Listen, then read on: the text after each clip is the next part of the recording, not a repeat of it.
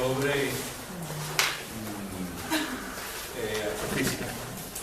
Pero regularmente venimos asistiendo a una serie de alumnos todos los sábados, pero en vista a que está ocurriendo cosas con el cometa Ison, y es la novedad en la astronomía, y no sabemos lo que ocurrirá dentro de unas horas, me chapa, digamos, intercalado esta charla, si no se importa a los alumnos, intercalado esta charla por la importancia del momento para nosotros, ¿no? Que estamos todos importantes.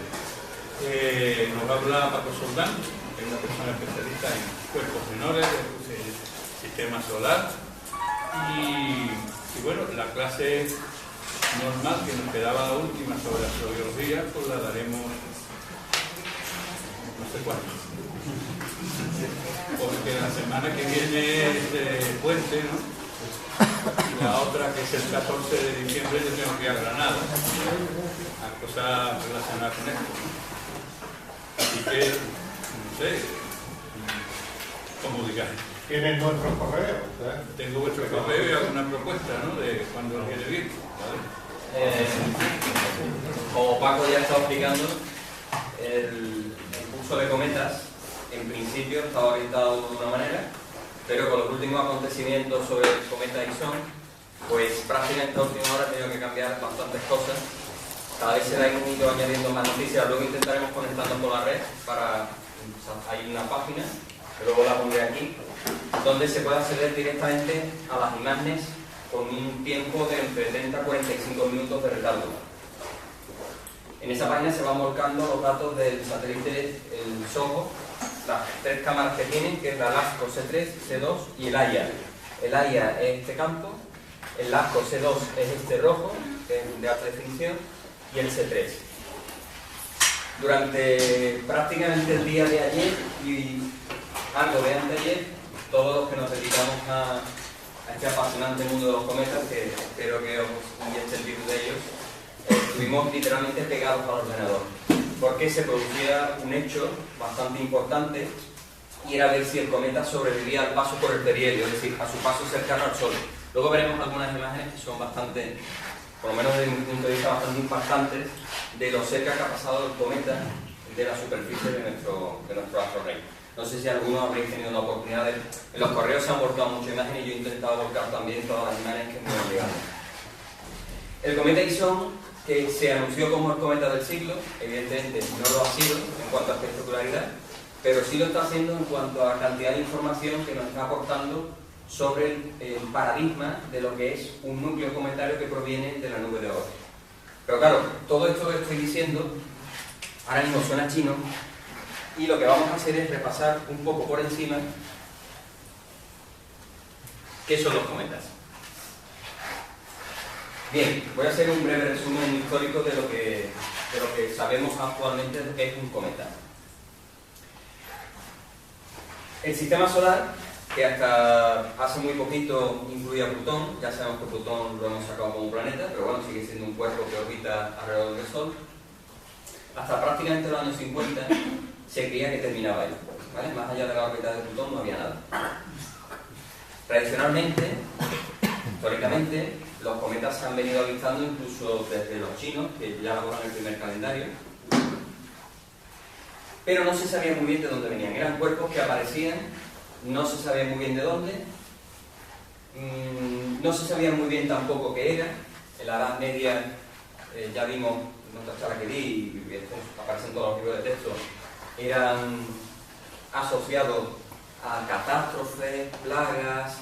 ¿Por qué? Porque la concepción que había entonces del cielo era un cielo inmutable, en el cual todo se regía por una serie de leyes que se seguían, los astros las seguían rigurosamente. Incluso el movimiento de los planetas, que eran quizás los únicos astros que no eran fijos en la esfera, en la bóveda celeste, también se regían por una serie de leyes que me permitían calcular su posición de aquí a 6 meses. El cometa aparecía, un astro que no se sabía muy bien qué era, un astro neblinoso, que se movía, no se sabía nunca por dónde, no se predecía si volvería el año que viene, dentro de 10 años, dentro de 100, y que perturbaba un poco la imagen que teníamos Estoy hablando de hace 500 600 años de lo que era la mecánica celeste.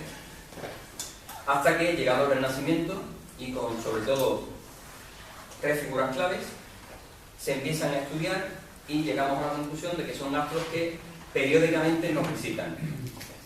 Ya Kepler, el insigne astrónomo visual, se da cuenta de que hay varios cometas y que posiblemente algunos de ellos sean repetitivos en sus apariciones, pero no es hasta la llegada de Halley, de Edmund Halley y Isaac Newton, que comprueba que el que posteriormente llevaría su nombre, el cometa Halley, era un cuerpo que cada 75 años nos visitaba.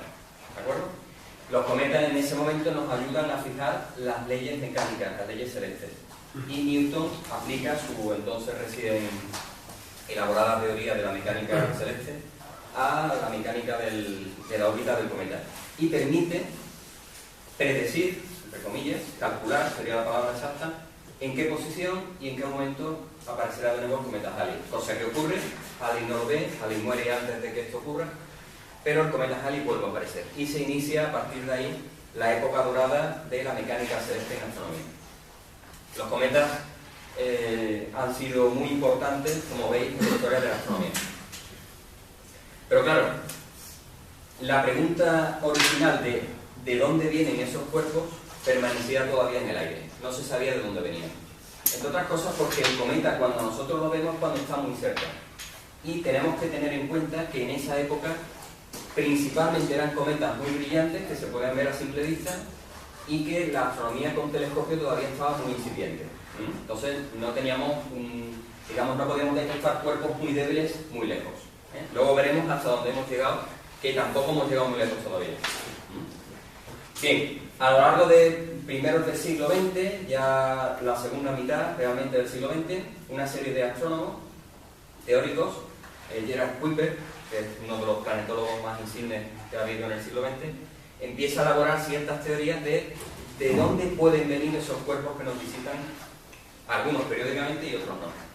Y se fija en que hay mayoritariamente dos tipos de cometas. Unos cometas denominados de periodo corto, o periodo medio, y otros de periodo largo.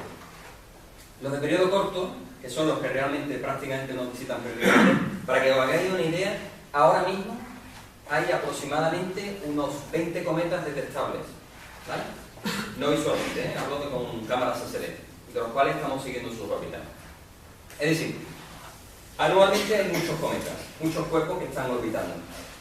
Esos cometas, en su mayor parte, provienen, Kuiper teorizó, de una nube. En realidad no sería una nube, sería un anillo que rodea, digamos, el sistema solar lo estamos viendo un poco así de perfil, un anillo de material más allá de la órbita de Neptuno, con cientos de miles de cuerpos que orbitan el sistema solar. Y de vez en cuando, por ciertas perturbaciones gravitatorias, porque hay choques entre ellos, porque simplemente los planetas en sus órbitas perturban las órbitas de estos pequeños cuerpos, algunos salen del sistema solar y otros entran, caen, ¿no? Si coloquialmente decimos caen hacia el Sol.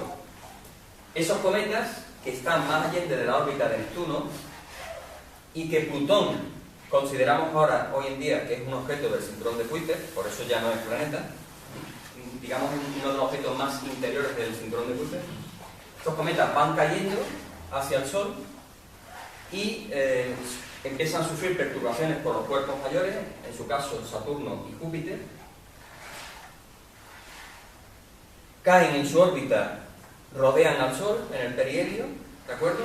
Y vuelven otra vez hacia el sistema solar exterior, pero con la órbita ya modificada.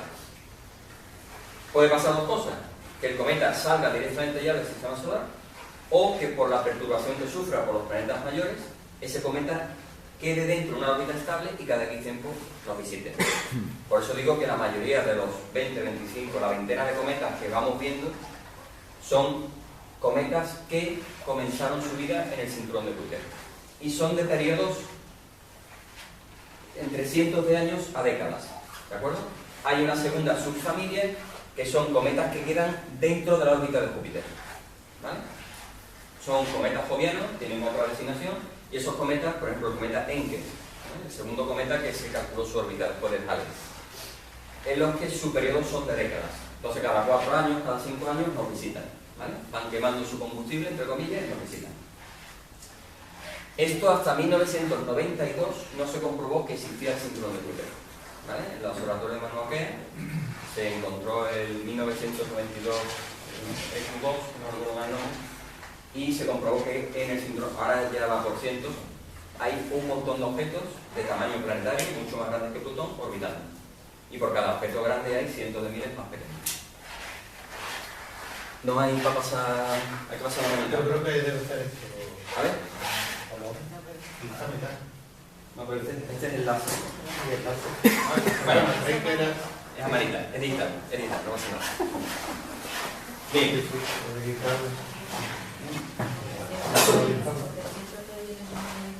Una vez que ya se detecta y sabemos los cometas de dónde vienen, la siguiente cuestión es ¿qué es un cometa? Este señor, Fred L. Wakel, fue el primero que aseguró categóricamente, bueno, elaboró una teoría que se llamaba la bola de hielo sucio. ¿Y qué es? ¿Cuál era su teoría realmente? Él decía, bueno, había una discusión bastante importante y era, un cometa puede ser o bien una roca cubierta de hielo, o bien una bola de hielo, o bien un conglomerado de grava con hielo. Luego veremos que las cosas ya no están tan claras. Pero este señor fue el primero que dice, bueno, el núcleo de un cometa está formado por hielo alrededor de un núcleo sólido. Es decir, hay una semilla, ¿vale? Un núcleo rocoso sobre el cual se depositan capas de hielo. ¿Y de dónde vienen los cometas? Luego lo veremos más adelante, pero los cometas hasta hace muy poco se consideraban que eran las semillas primordiales de la formación del sistema solar. Es decir, los planetesimales originales que no se habían, en esa frontera, que no habían sido barridos por los planetas interiores, habían quedado confinados en el cinturón de Kuiper y esos planetesimales, por su distancia al Sol, habían acumulado sobre ellos hielos prístinos, hielos primordiales, ¿vale? Hielos que para nosotros serían exóticos. Nosotros cuando hablamos de hielo hablamos de hielo de agua, pero ahí estamos hablando de hielo de CO2, hielo de metano, hielo de amoníaco. Además, aproximadamente el primer metro de superficie de hielo, como en el espacio hay mucha radiación, a pesar de lo que podamos pensar, es un sitio bastante hostil en ese sentido. Esa radiación que incide sobre las moléculas de hielo, de diferentes hielos, forma complejos orgánicos que van recubriendo, van tamizando la superficie del cometa, de lo que nosotros podamos pensar que es una bola de hielo blanco, a realmente el color que es una bola de hielo marrón, ¿vale?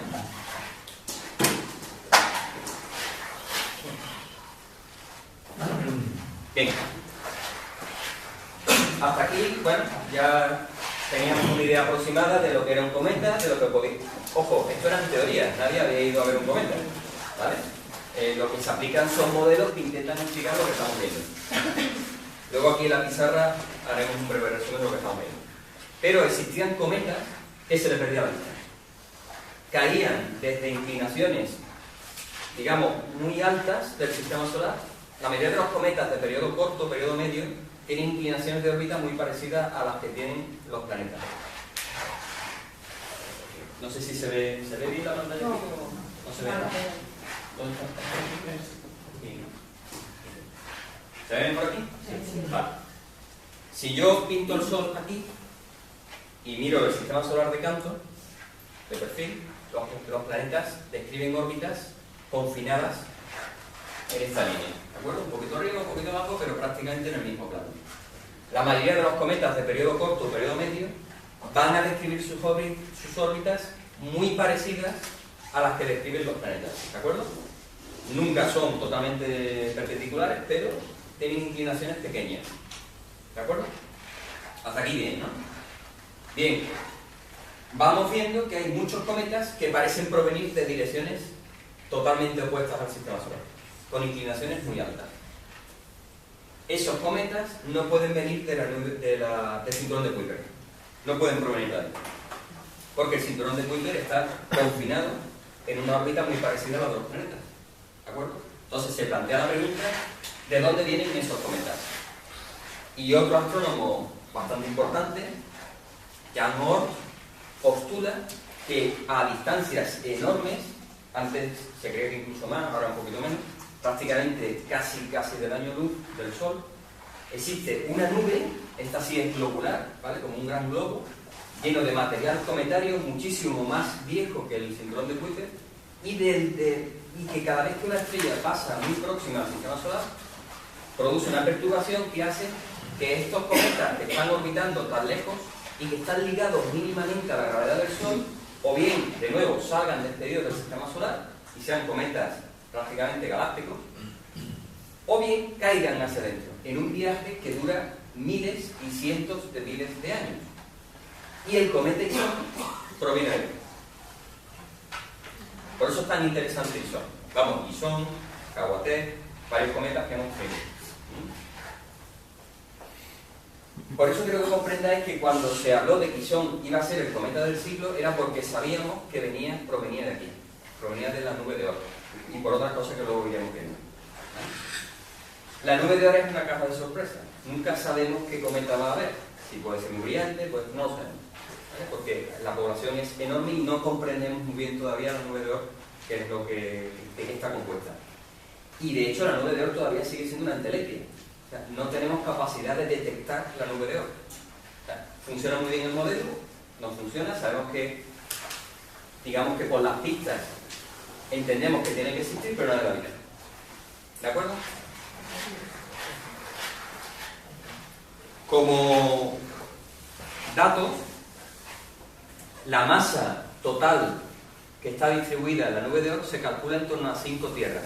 Si cogiéramos 5 tierras, las despedazáramos y la hiciéramos pedacitos muy pequeñitos y la lanzáramos a esa distancia, tendríamos la nube de Oort. La nube de Oort no solamente depende del Sol primigenio, depende de dónde se formó el Sol primigenio, si se formó en un cúmulo con muchas estrellas, con pocas estrellas.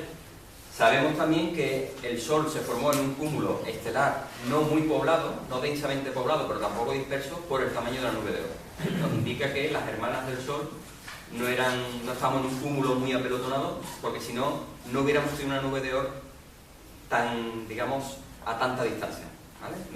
Las estrellas vecinas no habrían robado cometas.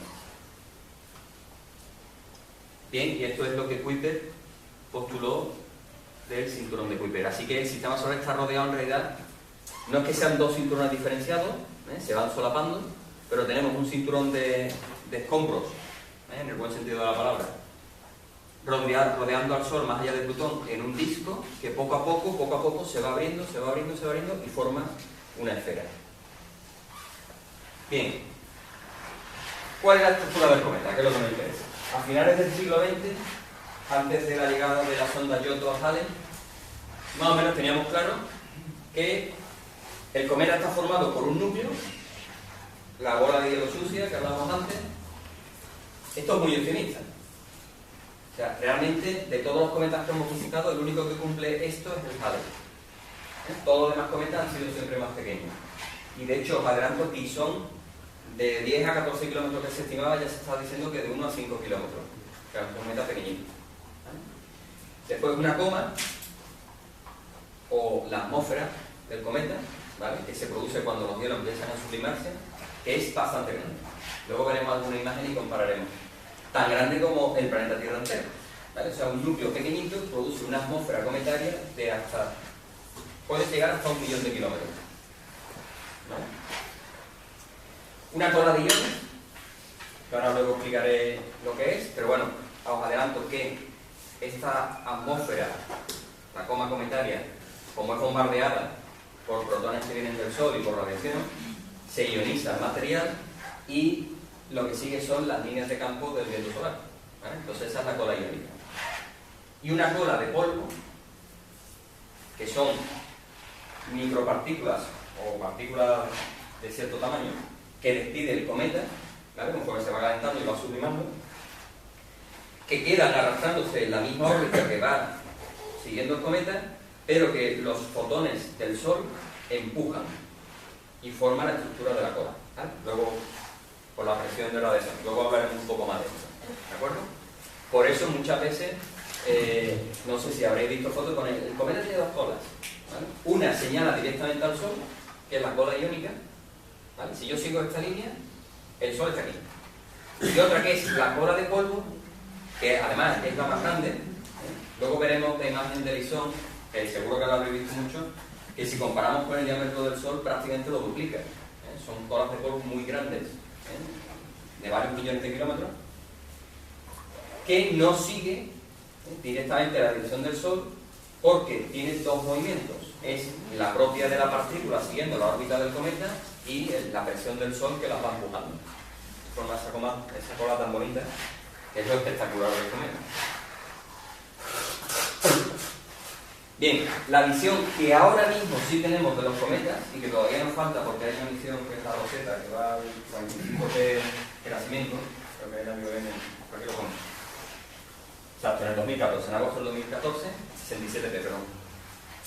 Es gracias a todas estas misiones, algunas de ellas hemos visto los cometas desde lejos y otras prácticamente, literalmente no hemos chocado con él. La primera y la más espectacular, la que sigue siendo la más espectacular, es el Halley. ¿Por qué sigue siendo espectacular? Porque fue la primera vez que una sonda entró dentro de un cometa en plena actividad. De hecho, la misión estuvo a punto de sufrir un fallo porque la velocidad de impacto del polvo cometario que salía del cometa con la sonda Giotto era bastante alta. La sonda Giotto en realidad era un satélite de la ESA de comunicaciones modificado para la misión, con un escudo. Y se puede medir la velocidad y el tamaño de los granos que impactaban. Nos remitió imágenes, ahora se han procesado en el aire, siguen siendo espectaculares. Luego en el 2001 tuvimos la misión Deep Space, que fue a Corelli, la Stardust, la 81P, la Deep Impact, ¿vale? Que fue al Tempel, que ahí sí lanzamos un impactador contra el cometa para analizar la nube de polvo y escombros que se producía. La misión Epoxy a Halley 2, que ha sido una de las más espectaculares porque in situ vimos cómo el cometa iba emitiendo chorros de gas y de partículas y bolas de nieve, bolitas de nieve, luego lo veremos. Y la del cometa, la Stardust Next, que lo que hizo fue analizar el impacto de la Deep Impact, que es lo que había quedado, analizó el núcleo del cometa. Fueron imágenes de núcleos cometarios inactivos, ¿vale? Y que nos informaban de la estructura del nivel núcleo. Y sobre esta fecha, pues Rosetta orbitará el cometa 67P. Tenía primero otro objetivo, pero se le perdió la pista. Y tiene una pequeña sonda, se llama Philae, que aterrizará en el cometa, lanzará un garfio, se enganchará al cometa, aterrizará en él y prácticamente lo acompañará en su viaje para seguir analizando.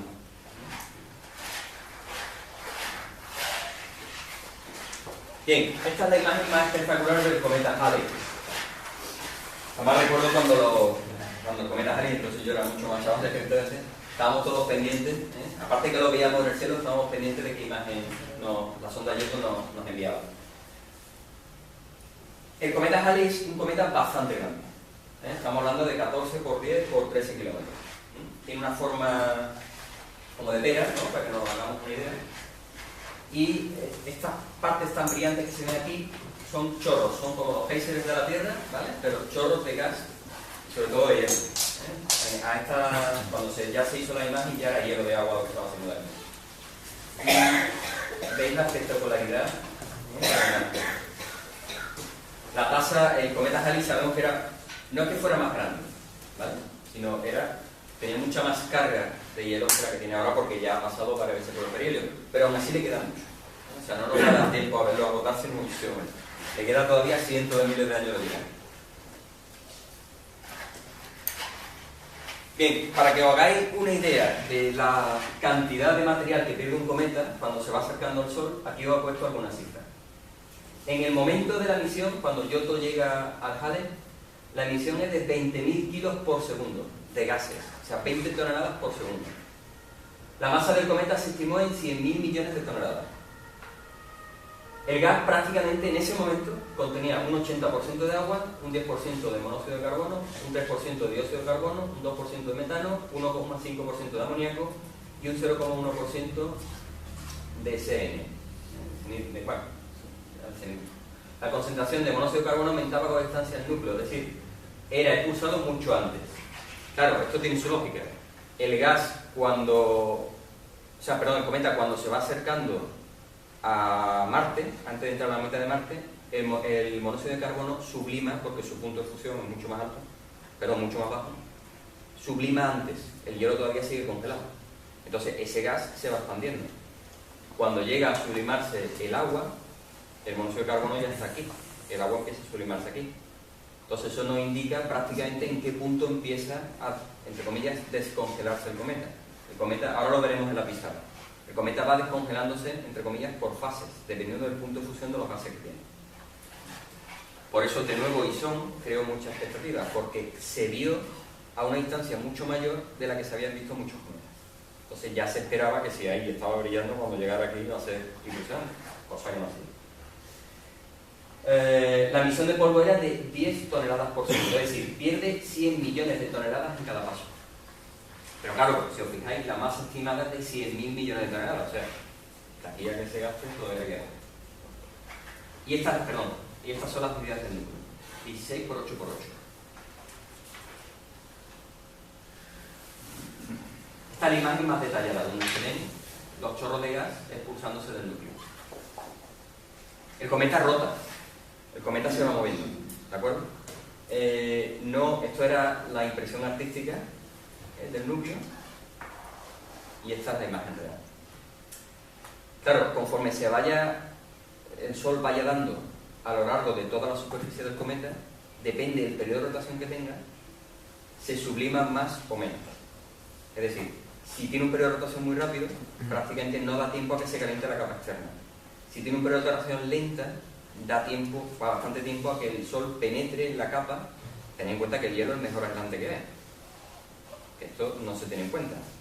O sea, los cometas cuando se estudian se habla del coeficiente térmico que tiene, porque el hielo en sí es muy buen conservante. Entonces la primera capa sí, la primera capa se sublima, pero de ahí a que llegue a las capas internas tiene que estar bastante tiempo el cometa expuesto al Sol. Luego no quiere decir que un cometa extraordinariamente helado vaya a ser un buen cometa, puede ser todo lo contrario. Entonces en el caso de Halley se vio que las emisiones de gases eran puntuales en determinado sitio, en otro sitio, aunque le estuviera dando el Sol, no emitía. ¿Vale? Luego veremos el porqué.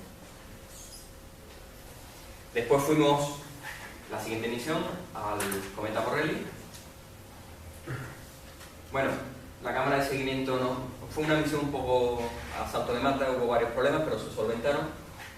Y lo que sí fue la primera misión que envió imágenes a alta resolución, porque las del cometa Halley no eran de alta resolución, de lo que era un núcleo cometario. Y se vio que la forma era irregular. Cuando hablamos de Whipple, la bola de hielo sucio, se estimaba que la forma de un cometa era más o menos regular. ¿Vale? Como una patata, pero más o menos regular. Sin embargo, fuimos descubriendo que los núcleos cometarios, muchos de ellos no son regulares. Todo lo contrario, parecen, y este es uno de ellos, como dos núcleos que se hubieran unido. ¿De acuerdo? Sin embargo, el Wild 2 sí tenía una forma mucho más regular. Muchos análisis después vieron que lo que había eran pequeñas depresiones. Estos no son cráteres, ¿vale? Son depresiones de hielo en este caso, que lo que nos van a entender más bien es que los cometas no son núcleos únicos, sino que son agrupaciones de varios núcleos grandes unidos por hielo y que conforme se van evaporando van dejando al descubierto la estructura interna, por eso tienen esta forma. La misión Deep Impact, que fue el choque del impactador contra el Temple, fijaos la potencia, o sea, 360 kilos a 10 metros por segundo produjo una explosión de 4,8 kilotones de potencia. La bomba de Hiroshima tuvo 20 kilotones de potencia. O sea, estamos hablando de un impacto bastante bueno. No es que quisiéramos destruir el cometa. Lo que queríamos era provocar la emisión de parte de la corteza para analizar su composición. La epoxi, que fue una de las más sorprendentes porque cuando estábamos fotografiando el Halley estaba empezando ya prácticamente a empezar a tener actividad. Vimos que estaba formado por dos núcleos bastante bien definidos y un puente de materia entre ellos. ¿vale? Esta imagen rompió los esquemas de lo que era un cometa. Teníamos ya todo muy claro que era un núcleo sólido, recubierto de hielo, y aquí no hay más nada que hablar. Y sin embargo aquí vimos que no, que el cometa realmente, los cometas siempre sorprenden, Los cometas desafían cualquier interpretación lógica de todo.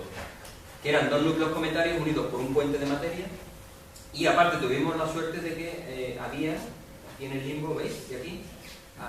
Luego esto demostró también otra cosa, que el cometa no se sublima uniformemente por la capa externa, perdón que no la sé, por la capa externa, sino que a través de grietas, ¿vale? Las bolsas de hielo, las bolsas de gas congelado, salen, y salen en forma de pequeñas partículas, que esto es lo que luego formará la coma y la corva, ¿vale? Arrastra consigo el hielo, arrastra partículas de polvo del cometa. ¿Veis? Aquí está la bolsa de hielo de CO2, aquí hay hielo de agua y polvo, y cuando sublima el CO2 arrastra parte del polvo y el hielo de agua de la costra superior y sublima, sale hacia arriba. Sabéis que en el espacio no hay fase líquida, ¿vale? No hay presión, entonces de sólido se pasa directamente a gas, es explosivo. ¡Pum! Entonces, esa explosión, esa sublimación es la que hace que arrastre el material hacia arriba. Y son estas pelotitas que estamos viendo. ¿Vale? Y la misión Stardust, la NEXT, lo que hizo fue analizar la zona de impacto anterior para ver qué había pasado. Y vimos que había creado una depresión importante y había dejado a la vista parte del material interior. Bien, estas son las formas cometarias que tenemos ahora. Como veis, lo que os decía antes, el Halley, que es el mayor ahora mismo de lo que hemos visto, el Tempel, el Borrelly, el Hartley, ¿veis lo pequeñito que es? De este tamaño se estima más o menos que es el cometa Isona. Y el 81P, el Wild 2. Veis que el Halley con diferencia es el más grande.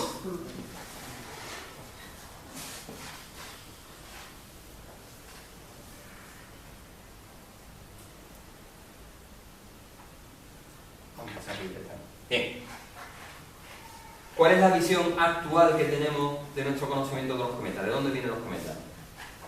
Pues los cometas que están ahora mismo en el cinturón de Kuiper y el cinturón de Oort, perdón, la nube de Oort, son restos de material primigenio, pero que no se formaron in situ aquí, sino fueron expulsados por los planetas exteriores, Júpiter, Saturno y en menor medida Urano y Neptuno, mediante mecanismos muy complejos, no nos vamos ahora a explayar aquí en ellos, y que poblaron toda esta región, limpiaron la región interna del sistema solar, bien lanzándolos hacia adentro, provocando un episodio de bombardeo intenso, que ya está documentado, que se sabe qué ocurrió, que esterilizó la Tierra en su momento, y lanzando prácticamente la mayor parte de todos los escombros interiores que todavía sobraban de la formación de los planetas hacia el exterior, quedando aquí confinados como en una nevera. Hasta hace poco se creía que realmente había sido una nevera efectiva en el sentido de que los cometas que estaban ahí tenían la información de la composición interna de la nebulosa solar, ¿vale? Sabemos ahora que no, que en esta región, digamos, el ambiente es tan hostil que por lo menos la parte superficial se ha modificado, ¿vale? Si es posible que dentro del cometa todavía subsista parte de la composición primigenia del sistema solar, pero se ha modificado. Bien, pues vamos a la pizarra y vamos a explicar un poquito. ¿Hasta aquí alguna pregunta? Cuando un cometa llega a la nube de Oort, ¿se recarga? Buena pregunta. No. No. ¿Por qué? Porque lo que ha hecho es perder material en su paso a través del sistema solar. Cuando vuelve atrás, lo único que hace es que se vuelve a enfriar. Pero el material que tiene es el que tiene. Decíamos, la formación del sistema solar deja un montón de planetesimales entre los planetas, ¿vale? Entre todos los planetas que se han formado. Y los planetas gigantes, Júpiter y Saturno sobre todo, empiezan a enviar o bien hacia adentro, bombardeando, o sea, los cráteres que ahora vemos en la Luna, la mayoría se formaron en esa época, o los cráteres que vemos en todas las lunas del sistema solar. Y la gran mayoría los expulsa fuera. Los que expulsa fuera son los planetesimales que están en órbita, en los cuales se ha acumulado sobre ellos hielos de agua, hielos de dióxido de carbono, hielo de metano y hielo de amoníaco. Es decir, todos los planetesimales que estaban más allá de 5 unidades astronómicas, 5 veces la distancia sobre Tierra. Lo voy a explicar. Lo vuelvo a hacer luego. Aquí está el Sol. Digamos que aquí está confinada el cinturón de asteroides, ¿de acuerdo? A grosso modo, aquí estaría confinada la órbita de Saturno y aquí estaría confinada la órbita de Urano y Neptuno. Bien, los planetesimales que quedaron del cinturón asteroides hacia adentro, ¿vale? Casi todos o lo cogieron los planetas o cayeron hacia el Sol, ¿de acuerdo?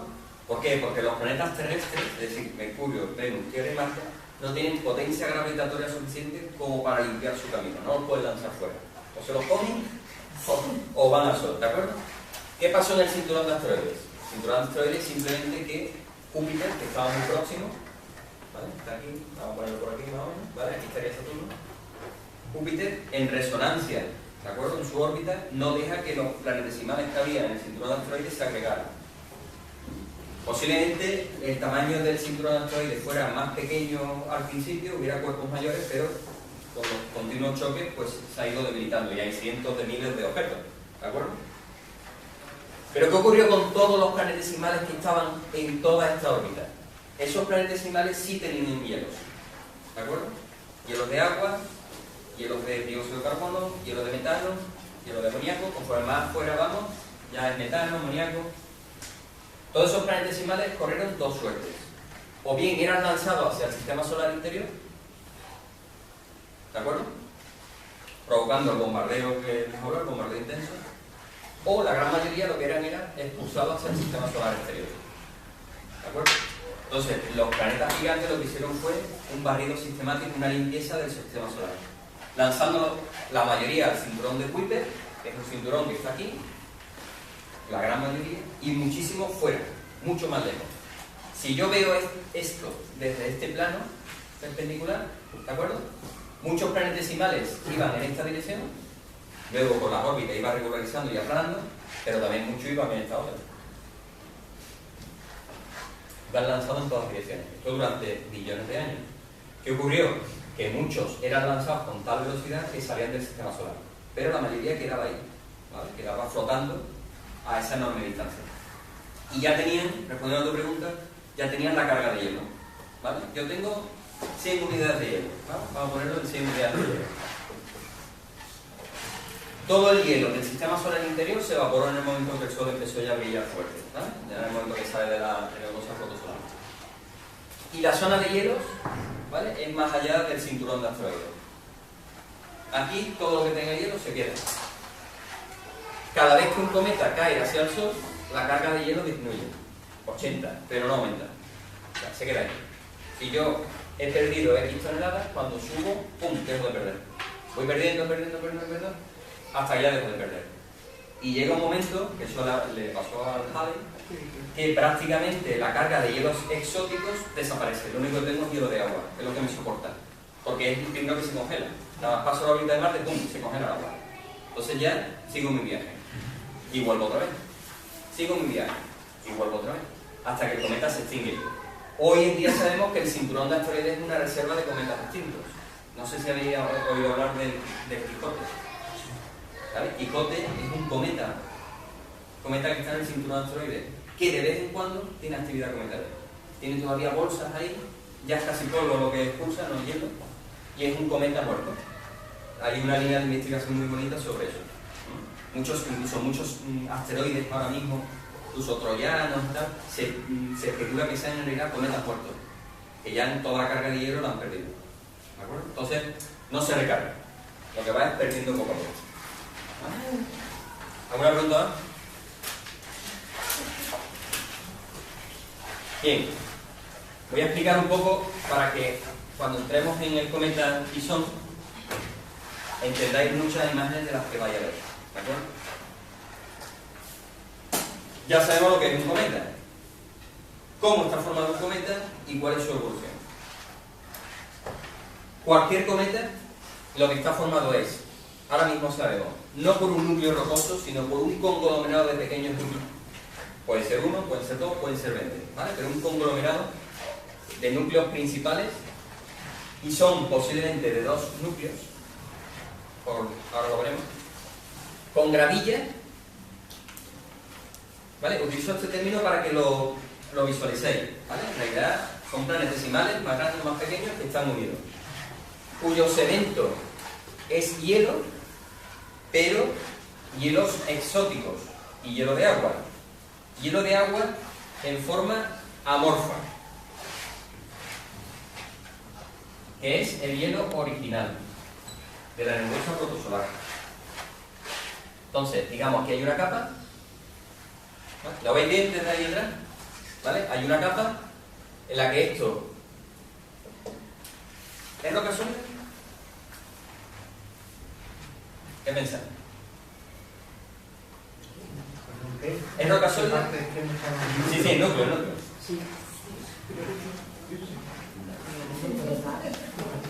¿Seguro?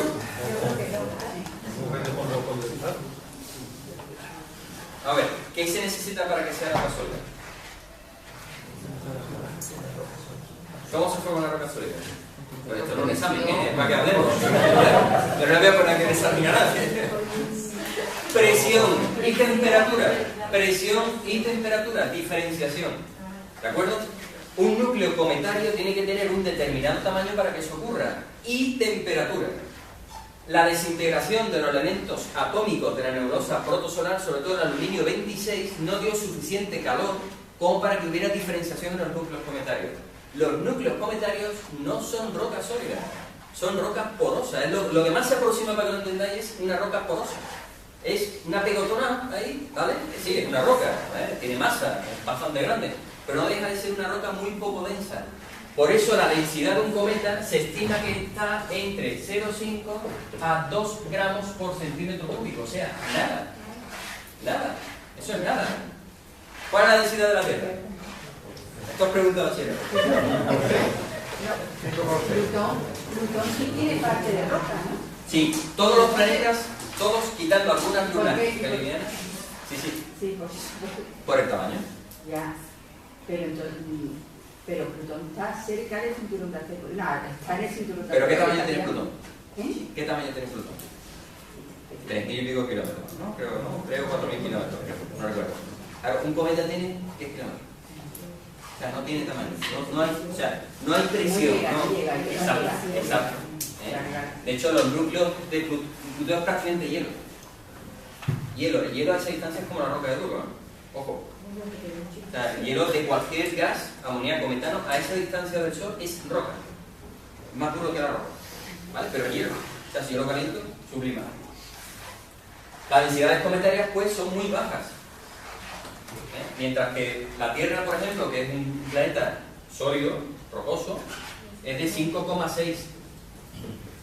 Prácticamente la del hierro, la densidad del hierro. Entonces eso nos da una idea de que un cometa es... Bueno, el cometa que chocó hace 65 millones de años con nosotros hizo mucho daño. Pero porque era... O sea, una nada de 10 kilómetros es mucha nada. Se da la velocidad de impacto, ¿vale? O sea, al final es la masa lo que juega aquí. Pero lo que quiero que comprendáis, esto es, o sea, son planetesimales, son pequeños agregados de minerales, que muchas veces el lenguaje engaña.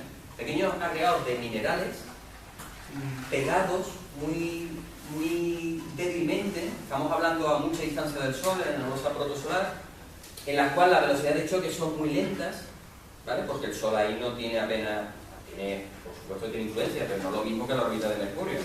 Para que os veáis una idea, luego lo veréis en la imagen, el cometa Isao ha pasado casi a 1 millón de kilómetros por hora. Pues claro, en la cercanía del Sol la gravedad es enorme, pero ahora cuando se vaya alejando cada vez va más lento. Pues lo mismo pasa en los choques a la órbita de Júpiter o a la órbita de Saturno, y no digo ya a la órbita de Plutón. Lo que ocurre es que esos agregados chocaban y se quedaban pegados, pero pegados por el hielo que tenían encima, ¿vale? Y seguían su movimiento. Ese mismo choque a la altura del cinturón asteroide fractura y crea calor, ¿vale? Para que entendáis la diferencia.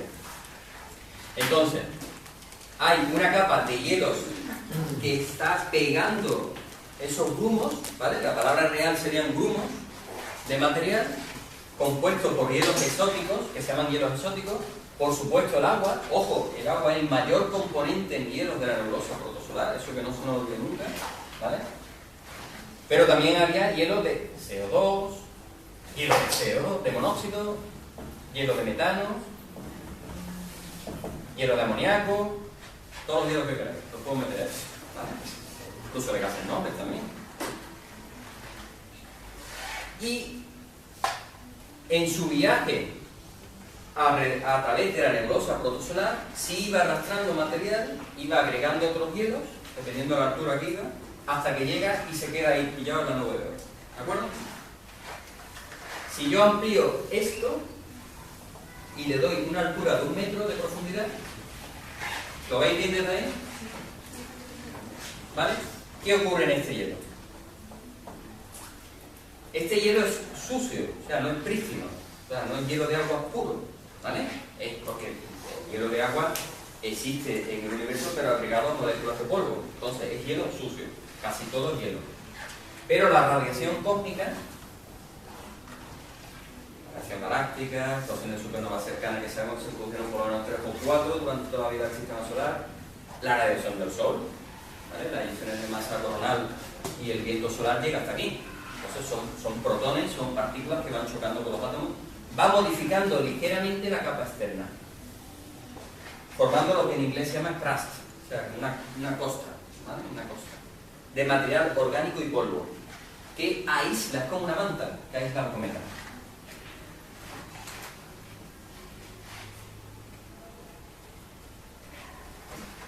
Y que tiene una cierta profundidad, hay una serie de procesos que van afectando, ¿vale?, a la primera capa del cometa, la primera capa de hielo del cometa. De forma que si tuviéramos una nave y pudiéramos ir a la nube de Oort, no veríamos cometas brillantes, blancos, como trocitos de hielo, ¿no? Veríamos trozos sucios, ¿sabes?, marrones, rojizos, ¿vale?, color de la molécula orgánica y no tan fríos como creeríamos, ¿de acuerdo? Porque esta capa, lo mismo que aísla de fuera, aísla de dentro. ¿De acuerdo? Los pequeños procesos que van calentando el cometa quedan aquí. Por eso decía, hasta hace muy poco, la nube de Oort se consideraba una reserva de material original de la nube protosolar. Pero ahora sabemos que no. Ahora sabemos que ese material ya ha sido modificado, que sí, que tiene que haber parte que todavía es original, pero que en su gran mayoría el cometa ya no es lo que era. ¿De acuerdo? Han pasado muchos miles de millones de años desde la formación del sistema solar, ¿vale? 4.500 millones de años. Y claro, un choque de un protón por año parece una tontería, pero 4.500 millones de choques de protones son muchos. Entonces el cometa se ha modificado. Luego hay otra cosa, lo que se denominan clatratos. Las moléculas de agua, ¿vale?, que cristalizan en una determinada celda, ¿vale?, no me voy a poner ahora a decir cuál es la celda ni qué forma, muchas veces dejan atrapados dentro gases, ¿vale?, cloro, por ponerlo, ¿vale?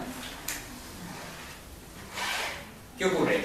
Que estos gases, cuando estas moléculas de agua subliman, salen y son las responsables de ciertos, ahora lo vamos a ver, de ciertos fenómenos conforme el cometa va cayendo hacia el sistema solar y que nos indican, nos dan una indicación de cuál es la carga cometaria, lo que tradicionalmente nosotros llamamos la carga cometaria, que es cuánto hielo tiene, en qué proporción de hielo de agua y si el cometa va a ser más o menos brillante que la luna, como hemos escuchado. Lo llevamos escuchando un año, ¿vale? Y eso va a depender mucho y nos da también una idea del tamaño del cometa. Si yo sé el más o menos el tamaño del cometa, sé la carga que tiene, sé cómo puede brillar, sé... Bueno, pues no sé nada, porque todo lo que se ha dicho no se ha cumplido. O sea, los cometas lo bonito que tienen es que nunca sabes lo que va a pasar, ¿vale? El cometa que tú dices va a ser espectacular, el que menos espectacular es. Y el que menos espectacular es el que te da la sorpresa. Pero porque lo que quiero transmitiros con esto, vivimos ahora mismo una época en la que todo parece que ya se sabe, ¿vale? Todo está investigado y te das cuenta cada vez más que cada vez sabes menos. Cada vez, no que sepas menos, pero cada vez más en tónica, cada vez hay más cosas que no sabes. ¿De acuerdo? Y eso es lo bonito. De hecho, por eso yo personalmente he tocado muchos temas de astronomía y sigo enganchado a los cometas porque es lo que más sorpresas te da, ¿vale? ¿Alguna pregunta de aquí? Lo que me interesa es que entendáis el concepto, ¿vale? Se han clatrado y eso, ¿vale? Eso es todo técnico, eso tampoco merece la pena. Bien. Nos vamos a convertir todo el mundo en un cometa, ¿vale? Como hace frío, todo fácil. Entonces, estamos aproximadamente cayendo, nos tiramos 100.000 años cayendo y no pasa nada. Vamos cayendo, ¿vale? El Sol es una estrellita brillante, está allá a lo lejos, pero seguimos cayendo. ¿Qué ocurre cuando estamos atravesando aproximadamente la órbita de Júpiter? Lo voy a poner aquí, le voy a poner su rayita y su manchita roja. ¿Vale? Unas 6 unidades astronómicas. 6 veces la distancia entre nosotros. Voy a hacer un cometita, un poquito. ¿Vale? Hasta aquí, yo me he enterado. A lo mejor, ¿no? Me ha salido un parrillito. ¿Alguna turbulencia? Alguna turbulencia, pero bueno, nada. He pasado cerca de Neptuno y mi órbita cambia un poquito, ¿no? Voy ya por Saturno, lo veo ya a lo lejos, me cambia otro poquito, pero yo no me he enterado de nada, ¿vale? Yo estoy congeladito. Algún gas se me ha escapado por ahí, ¿no? Algún gas noble, que claro, sublimante. Pero bueno, la dirección, bien. Llega a la órbita de Júpiter. La cosa cambia. La cosa cambia. Si os fijáis en las imágenes de Júpiter, de la atmósfera superior de Júpiter, hay nubes blancas y nubes oscuras. ¿Las nubes blancas de qué son? ¿Alguien me lo puede decir? Sí, lo veo aquí. Hay, pero no es vapor, es hielo. Una cosa que huele muy bien. Como el chiste, a mí me gusta. Amoníaco. Las nubes son de amoníaco. El amoníaco empieza a ser gas aquí, a esta distancia. ¿De acuerdo? Está en hielo y sublima. ¿Qué ocurrió con Ison? Ison, todo esto lo voy a repetir otra vez, ¿vale?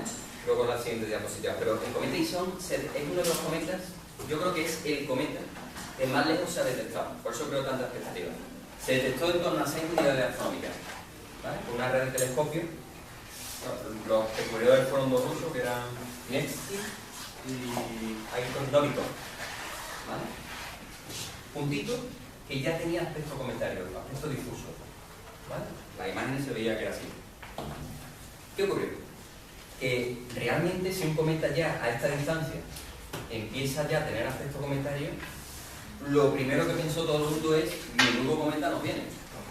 Claro, porque si ya normalmente las cargas de gases exóticos no es tan grande, pero este ya empieza a exhibirlas, aquí no espera tela. Segundo, tened en cuenta que os decía, el cometa no viene limpio, viene con una capa, una costra, ¿vale? Que lo aísla. Sin embargo, ya está exhibiendo. ¿Vale? Empezó a ser un poco atípico. Entonces aquí empezó ya a mostrar una pequeña coma, ¿vale? Muy difusa, que permitió detectarlo. ¿De acuerdo? Aquí experimentó lo que se llamó evento de lentecimiento 1.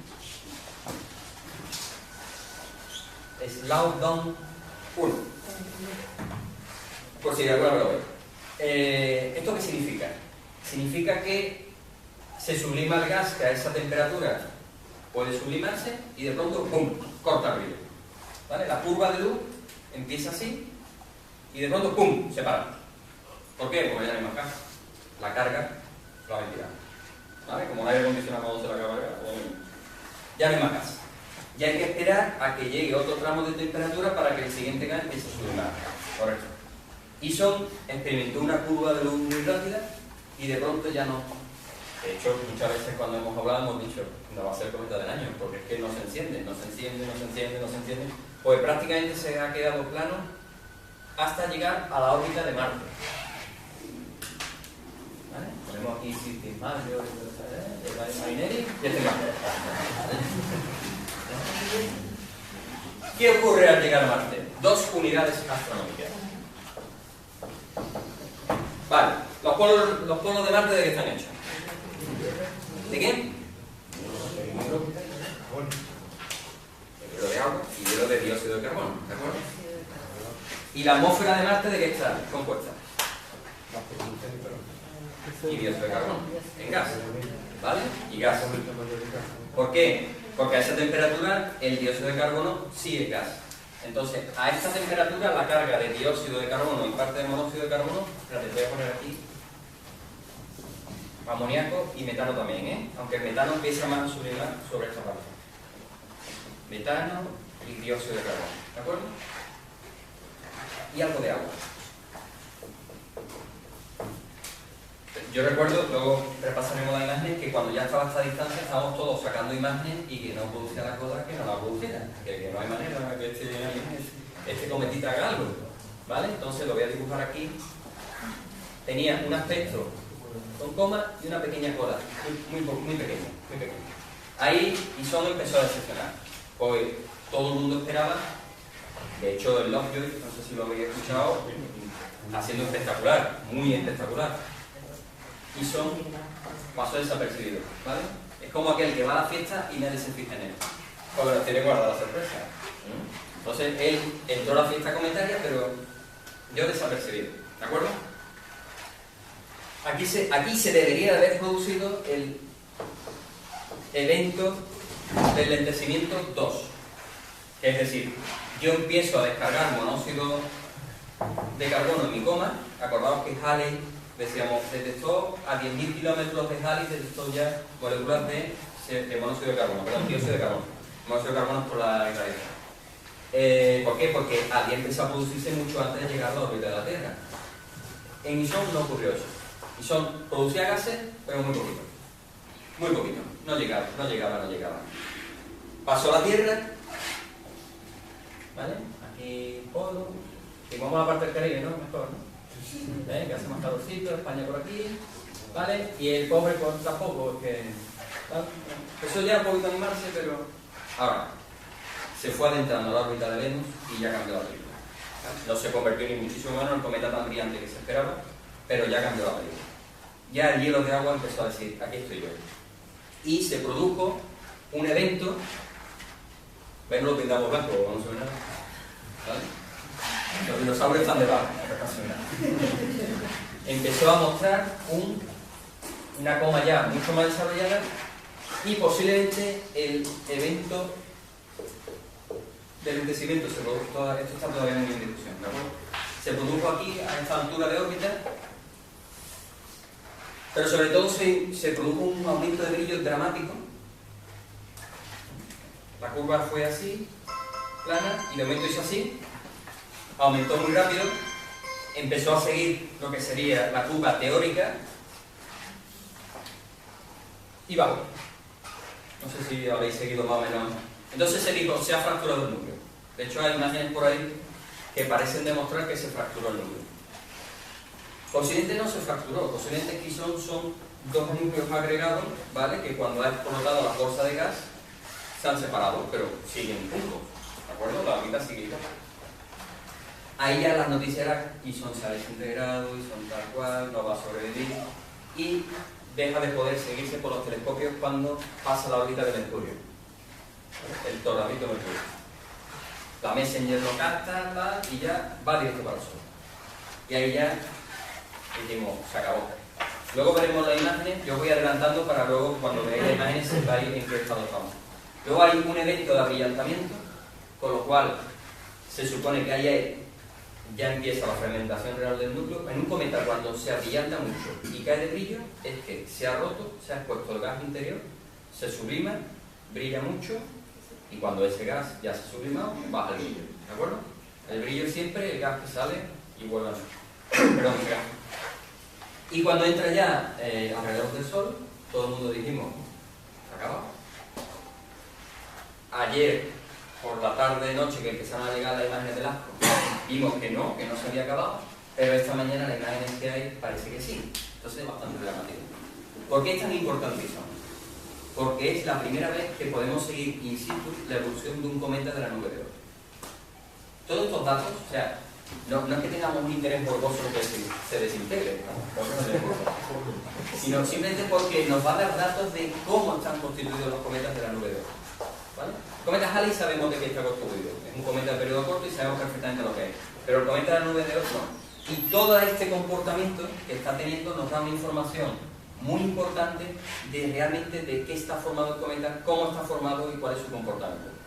Y además ha coincidido la casualidad de que el cometa Ison pertenece a una familia de cometas que se llama los Sunracers, Sunracers, se llama en inglés, ¿vale? O sea, cometas rasantes. Dicho en español, ya no lo entenderemos todo. Esos cometas normalmente terminan chocando contra el Sol. Hay aficionados que se descargan las imágenes de lo que vamos a ver ahora y van buscando cometas y se encuentran muchos al año.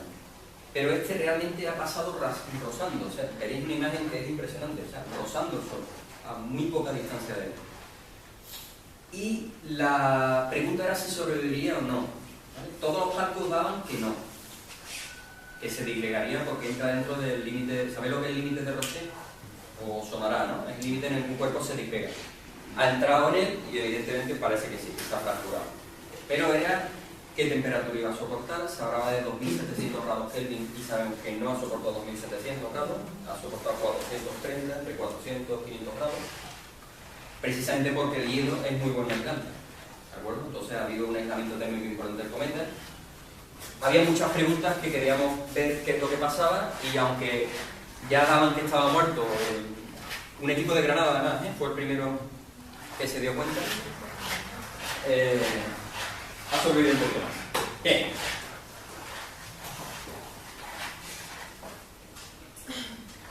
Estas esticas que hay ahí significa el avillentamiento, ahí entra ya en el Sol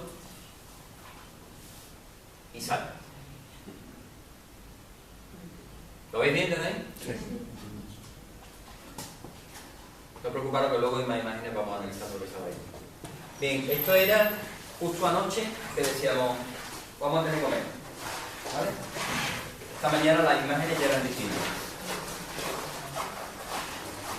A ver si... Vamos a analizar poco a poco.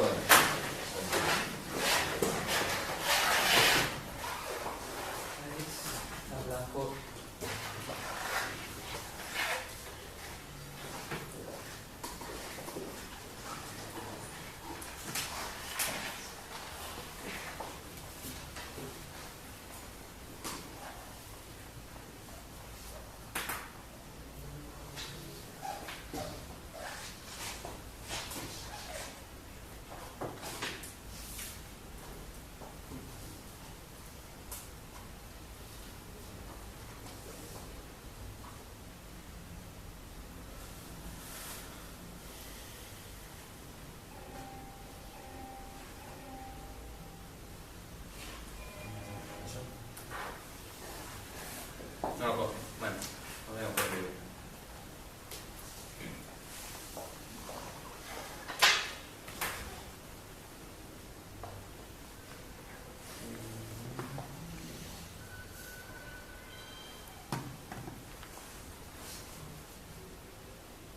Como veis tengo todo moronado.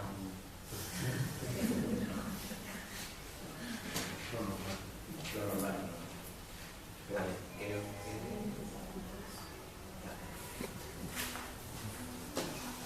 Mejor porque así voy parando el vídeo.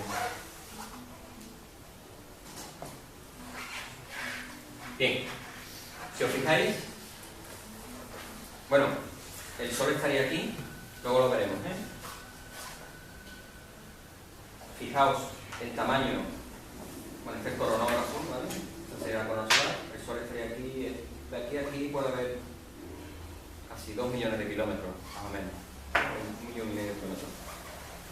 Fijaos la longitud de la cola del cometa.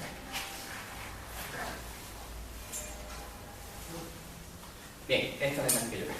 Bueno, esto es una inyección de masa coronal. ¿Veis las espicas que salen de aquí? Esto significa que la imagen está saturando. O sea, el cometa está brillando tanto que satura.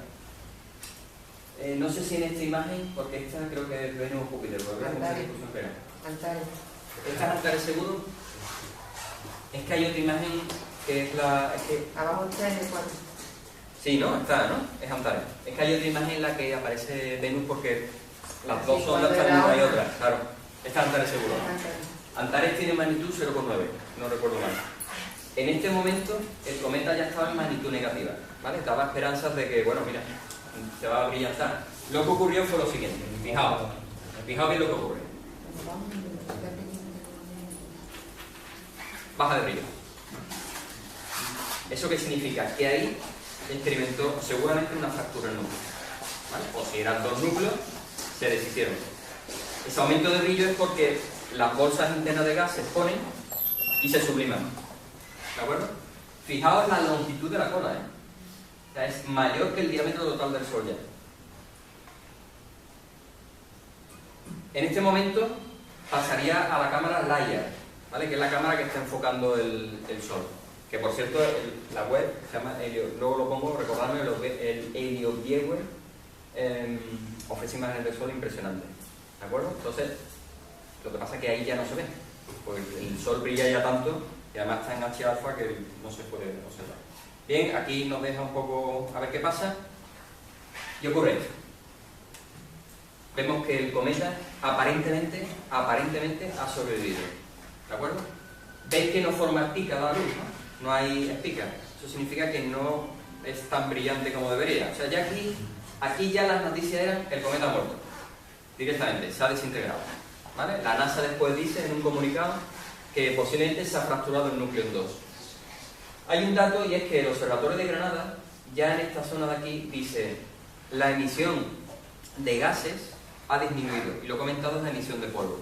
Eso ya significa que ha habido una fractura, no que el cometa ha muerto, ¿eh? Ojo, el cometa puede ser no como uno, sino como varios cuerpos, pero el cometa posiblemente ha muerto.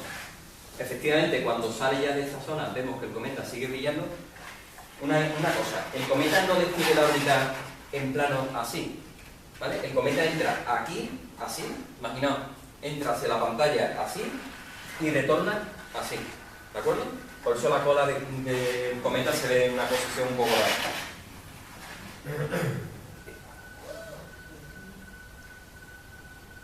¿Vale? Vamos a seguir.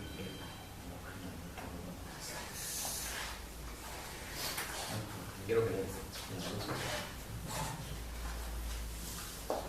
Bien, esta imagen es bastante... ¿Ves? Esta es lo que yo te decía de Venus. Este de aquí Venus. Esta es desde el otro, son dos cámaras, o sea, son dos satélites, ¿de acuerdo? Uno está delante y otro detrás del Sol, entonces por eso la posición cambia, ¿de acuerdo? Ahora lo estamos viendo desde otra posición. El cometa entra, bien, volvemos otra vez a lo mismo. Brilla, ¿veis lo que hace ya? Empieza a debilitarse. Eso posiblemente ya es indicación de que el cometa no ha sobrevivido. Que lo que estamos viendo es la pila de escombros que antes hablábamos. No una fractura del núcleo en el sentido de se ha roto una pieza maciza en varios trozos, sino que el núcleo del cometa Ison seguramente era de este tipo, posiblemente con dos fragmentos mayores, ¿de acuerdo? Hay una primera fractura en la cual quedan dos fragmentos con su respectiva coma cometaria y una sola cola, ¿de acuerdo? Con fragmentos que van quedando en medio, y al pasar alrededor del Sol, ahora lo veremos en una imagen, lo que hace es que todos estos fragmentos se disgregan. Y ese aumento de brillo que vemos repentino es porque todos los gases que estaban aquí, incluso dentro de la roca, porque hemos dicho porosa, salen. ¿De acuerdo? La lástima es que no ha quedado una cola cometaria fantasma como en otros cometas. ¿Por qué? Porque el cometa era pequeño. ¿Vale? La estimación era de 10 kilómetros y ahora estamos entre 1 y 5 kilómetros y seguramente más de 1 kilómetro que 5. ¿De acuerdo? Entonces la carga de la carga cometaria, la carga de hielo, era pequeña. Sin embargo, eso simplemente ya no da mucha información. Cuando da información de la densidad del cometa, la cohesión del cometa.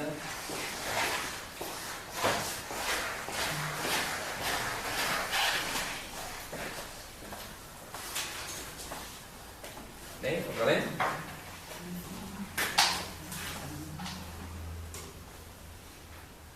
¿Veis cómo se va debilitando?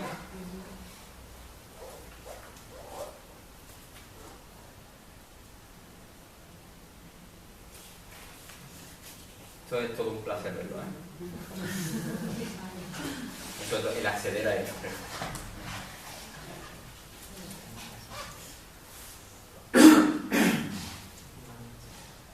Bien. Esta imagen fue tomada por el telescopio espacial Hubble, ya cuando estaba aproximándose a la Tierra, y esto es un procesamiento de la imagen.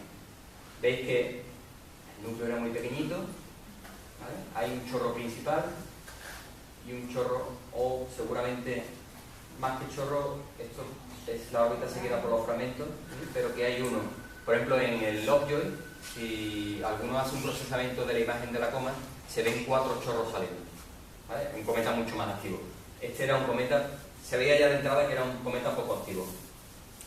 Veis que este tamaño es de 24.000 centímetros. O sea, estamos hablando de un tamaño importante, pese a ser un cuerpo menor, pequeñito. Esta es la curva de luz, ¿de acuerdo? Este es el 1 de octubre del 2012, estaba en magnitud prácticamente 18 y muy lentamente sube y se queda aquí. Aquí se quedó durante muchísimo tiempo, en magnitud 15. Y conforme ya se iba acercando al perihelio, de momento, ¡pum!, subió.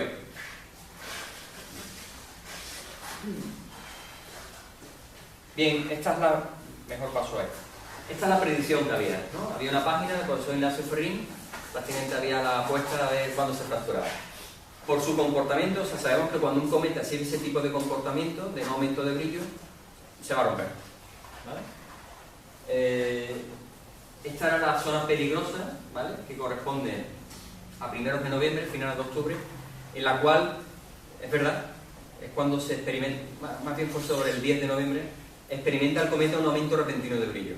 Y se estima, se explica cómo que el núcleo se ha disgregado. Ha tenido una primera disgregación del núcleo. Pero el cometa sorprende porque sigue, ¿vale? Sigue brillando. Y ya a final, o sea, ya aquí tenía que haberse... Todas estas líneas son donde los cometas han ido fracturando, ¿vale? Los diferentes cometas. Y, sin embargo, hemos visto que ha aguantado el tirón bastante bien hasta el perihelio. Aunque eso no significa que no se haya fragmentado antes. Porque en un estudio que se ha hecho, que lo ha hecho el profesor Ignacio Ferrín, se demuestra que, aunque se hubiera disgregado antes, no sería detectable por los telescopios hasta mucho después. ¿Por qué? Porque la velocidad de expansión de los fragmentos, cuando ya es detectable, prácticamente está dentro del brillo solar. Entonces, mediante telescopios no se va a poder detectar. Parece que se ha detectado a través de del SOHO, del satélite SOHO, que es lo que hemos visto antes, pero aún así tampoco, no tiene suficiente resolución, no está hecho para eso, ese telescopio. Entonces tendremos que esperar a que en estos días salga del brillo solar, le quedan 3 o 4 días para que pueda ser, y ver qué es lo que hay. Seguramente será una pila de fragmentos. Entonces con esto demostraba el profesor Ignacio Ferrín que ya el 13 de noviembre, que es cuando se detecta el aumento de brillo, ahora lo veremos, ahí empieza la fragmentación del cometa. ¿De acuerdo? Pero no lo vamos a detectar hasta bien pasado. Este límite de 3 arcosegundos es el límite teórico de los telescopios terrestres para detectar esa fragmentación. ¿De acuerdo? Y si veis, el cometa, digamos, las diferentes partículas que va metiendo el cometa, atraviesa esa barrera prácticamente cuando ya está dentro del brillo del Sol. Por eso no se detecta. Esto es lo que hablaba de la temperatura. Estos son modelos teóricos. Por eso digo que es tan importante que ocurran estas cosas, porque al final lo que se intenta es elaborar un modelo del cometa y aplicarlo a la realidad y ver si funciona, si comprendemos realmente de qué está hecho. Y en la línea azul sería la producción de agua, el ratio de producción de agua, que tiene una escala logarítmica, y la producción de polvo. Vemos que la producción de polvo, dependiendo de la temperatura, pues varía, lógicamente. ¿Vale? Conforme más temperatura, más agua se va sublimando. Las primeras predicciones de temperatura del cometa, o sea, si esta es la temperatura en grados Kelvin, que a esta temperatura casi ya coinciden con grados centígrados, terminaría aquí, a 2700 grados. O sea, el cometa se evaporaba. Luego el ajuste del modelo teórico vemos que no, que realmente es en esta zona, más o menos, donde se va a mover la temperatura que el cometa soporta. Esto parece una tontería y no lo es. Si el cometa realmente hubiera soportado 2700 grados, seguramente sí hubiera exhibido una cola impresionante, pues se vaporizaría totalmente. Pero no es real. El cometa soporta temperaturas grandes, pero hay materiales que lo soportan bastante bien. Y el hielo de agua, además, en el momento que se evapora, crea una capa de aislamiento. Esto sabe perfectamente en temas de fuego, que lo que hace es que baja la temperatura si vamos bajando hacia el núcleo. El cometa soporta una temperatura extrema, pero que ha permitido que pueda haber sobrevivido parte de los fragmentos del núcleo. Estos señores son los que descubren el cometa Ison. Ahora últimamente, quitando el Lovejoy, casi todos los cometas se denominan con el sistema de búsqueda que lo ha descubierto. El PanStax, el sistema de búsqueda automatizado, se llama PanStax. Se ha descubierto varios cometas. Y el Ison es otra red de telescopios, ¿vale? La mayoría de ellos están en Rusia, y estos dos señores pues, son los que lo descubren. Hubo su polémica porque no se les puso su nombre. Tradicionalmente, cuando uno descubre un cometa le ponen el nombre y tal. En este caso pues no, pero bueno, por lo menos queda la foto para la posteridad. Un buen telescopio, ¿no? Un buen telescopio. Lovejoy, por ejemplo, el 2013 R1 Lovejoy lo ha descubierto un cazador de cometas bastante conocido que se llama Terry Lovejoy.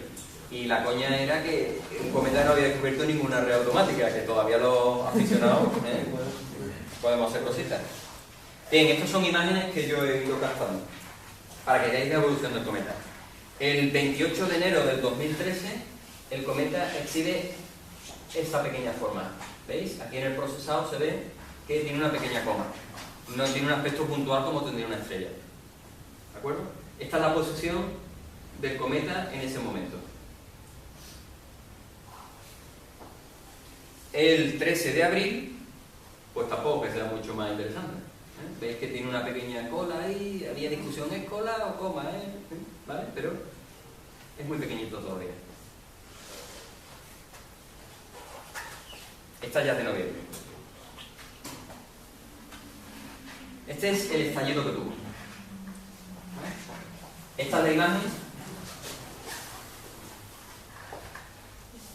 Es que no, la otra bien. Bueno, hasta aquí, hasta antes de esta imagen, la imagen del cometa era muy parecida a esto. ¿Vale? Brillantito y una cola, pero nada espectacular, ¿vale? Todos decíamos, bueno, en fin, un cometa más, al final. Y de repente se produce el estallido y la imagen del cometa cambia totalmente. Estos son procesados de la imagen, ¿vale? Para ver la estructura de la cola e intentar ver la estructura del núcleo. Sobre todo en esta imagen se aprecia que hay, digamos, dos zonas diferenciadas donde empieza a verse un chorro de material, ¿vale? Diferenciado, y que el núcleo no exhibe una forma, digamos, regular, sino es un poco oblonga, ¿de acuerdo?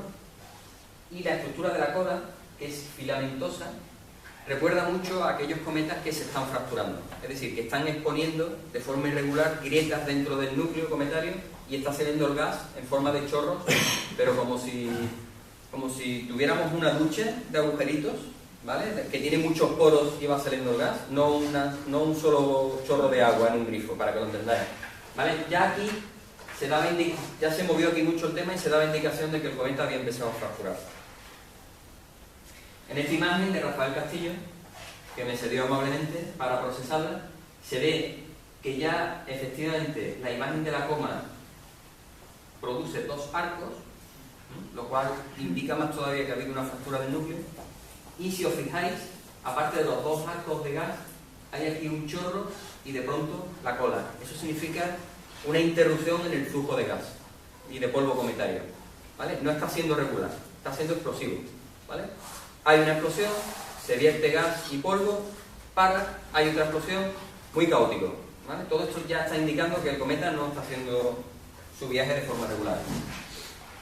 Y esta es una composición de todas las imágenes que se han ido tomando a lo largo, como y no son tantas, ¿eh? Tampoco nos dedicamos toda la noche a tomar el cometa porque, exceptuando ya cuando se acerca el perihelio, sabemos que, no, salvo error u omisión, su comportamiento suele ser bastante regular.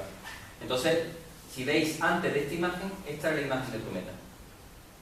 Una imagen no tiene nada que ver con Lovejoy, una imagen anodina, ¿vale? Para los que hemos visto ya varios cometas salir, tampoco cientos de ellos, hemos poquito nada más. Vemos que ya aquí esto presagiaba que no iba a ser un cometa espectacular. Sin embargo, vemos que al final sí lo es. Esto como no tengo tal, no va a salir, pero bueno. Este es el paso de nuevo. Y esta es la imagen que yo quería mostrar. Bien. Esta es la LASCO C2, ¿vale? La cámara LASCO C2, que es la que tiene un campo de visión más pequeño, donde aquí ya empieza a decir la NASA y empieza a decir todo el mundo que el cometa ha fracturado. Y de hecho la imagen es que el cometa ha fracturado. O sea, esta imagen típica es la de un núcleo cometario fracturado. Si veis, no hay una imagen puntual, lo que hay es una imagen elongada. Y es muy parecida a la, si os acordáis, al Schumacher-Levy 9, Schumacher-Levy 9. Lo que pasa es que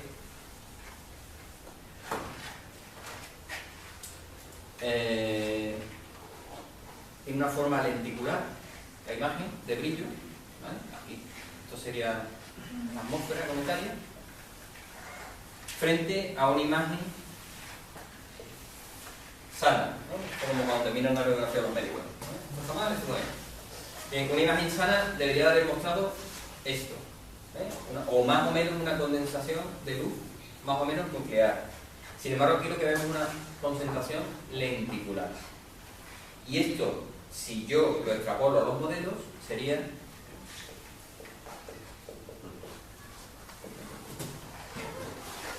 una perla, una cadena de perlas fracturada.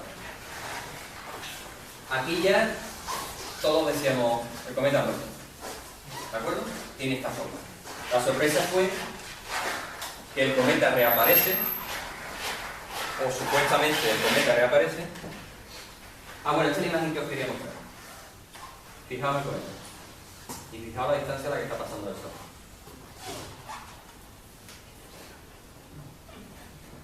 Está una ampliación del cometa. Aquí está viajando 1 millón de kilómetros por hora. Ni en las películas de ciencia ficción. No sé si habéis visto Sunshine, la película Sunshine, que van al Sol y me recordó mucho esto. Además, yo le decía a mi mujer, digo, bueno, merecería la pena cabalgar los lomos del cometa nada más por ver, vamos, no veríamos nada, claro, con la intensidad del luz no te da verla. O sea, esto no es como Sunshine que se ve las protuberancias, o sea, no verías nada. Pero bueno, te pones unos buenos filtros, ¿no? Y, el Sol llenaría todo, completamente, sería una imagen aterradora, y bueno, sin embargo, por ejemplo, estos modelos vienen muy bien por lo siguiente. En Sunshine, si os fijáis, el astronauta a la distancia de Mercurio, ¿vale?, le da el Sol y se quema y se volatiliza. Vemos que incluso a esta distancia del Sol, bajo determinadas condiciones, la temperatura no es extrema. O sea, fijaos hasta qué punto los datos son importantes de lo que se recoge aquí. Porque a esta distancia el cometa estaba teniendo 500 grados de temperatura. Claro, a ver, estuvo en vuelo rasante, ¿no? Literal, no estuvo allí parado. Pero a esta distancia todos diríamos, bueno, aquí se vaporiza, o sea, miles de grados, ¿no? Aquí la fotosfera está a 6.500 grados, 6.100, 6.200 grados. Sin embargo, el cometa experimentaba con un buen aislamiento 500 grados. Eso es lo que ha hecho que sobreviva algo de él. En teoría, a esta distancia tenía que haberse vaporizado completamente. No se sabe la temperatura, que tenía 500 grados. Porque se analiza el espectro que emite y se sabe la temperatura. Luego se hace el modelo. Y bueno, según el modelo debería ser esto, se ajusta y se ve que efectivamente no ha sufrido esa temperatura. Sí, sobre 500 grados. A ver, las capas externas del cometa sí estaban experimentando miles de grados de temperatura. Claro, claro. Sí, pero, bueno, miles, y con 1000 se calcula. Pero la capa externa, 20 centímetros. El resto del cometa no estaba soportando esa temperatura, estaba aislado. Aparte, no es lo mismo. Por la espectrometría, ¿no? Claro, por el espectro, se analiza la luz y te sale la temperatura. Aparte hay modelos teóricos sobre eso. Van ajustando y dice, sí, pues evidentemente. Si hubiera experimentado 2700 grados, se hubiera vaporizado inmediatamente. Se hubiera sido un flash. Siempre se ha dicho que el hielo es lo mejor que hay, tanto para frío como para calor. Esto de nuevo la imagen. Esta ya está más actualizada. La última imagen de las 8:40 tiempo universal, ¿vale? Son las 9:40 hora local. Y veis que el cometa, aquí ya se ve una imagen muy aparente de disgregación. se elonga y ahora... A ver, la imagen engaña. No es que los fragmentos salgan dispersados, no. Ojo, es la perspectiva, ¿de acuerdo? Estamos viendo el cometa viniendo hacia acá. La anticola, forma aquí... Pero que lo voy a ver, es que no sé si se puede dejar en pausa. Aquí. Vale, esta es la pausa. Por no quiero quedarse pausado. Bueno, si veis, el concepto de anticola es... Puedo dar aquí. ¿Cómo vamos de tiempo? ¿Bien o no?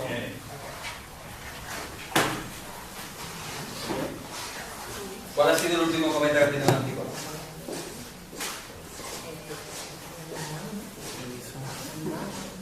¿El? No, el Pan-SAR. ¿Vale? Cuando ya se alejaba de nosotros, tuvo una anticola. ¿Qué es una anticola? Es una cola que va a la contra del cometa. ¿No? Yo no sé por qué estoy todavía, eso es normal. Pero es visualmente. ¿De acuerdo? La anticola es, yo tengo aquí el cometa, la típica imagen, ¿no? Tengo la cola y de aquí me sale como un narval, ¿no? ¿Vale? Un cuernecillo. Y digo, anticola. Pero si yo, así lo estoy viendo, te canto, ¿vale? Si yo me elevo sobre el cometa y lo miro desde arriba, en realidad lo que ocurre es esto. Voy a hacerlo así.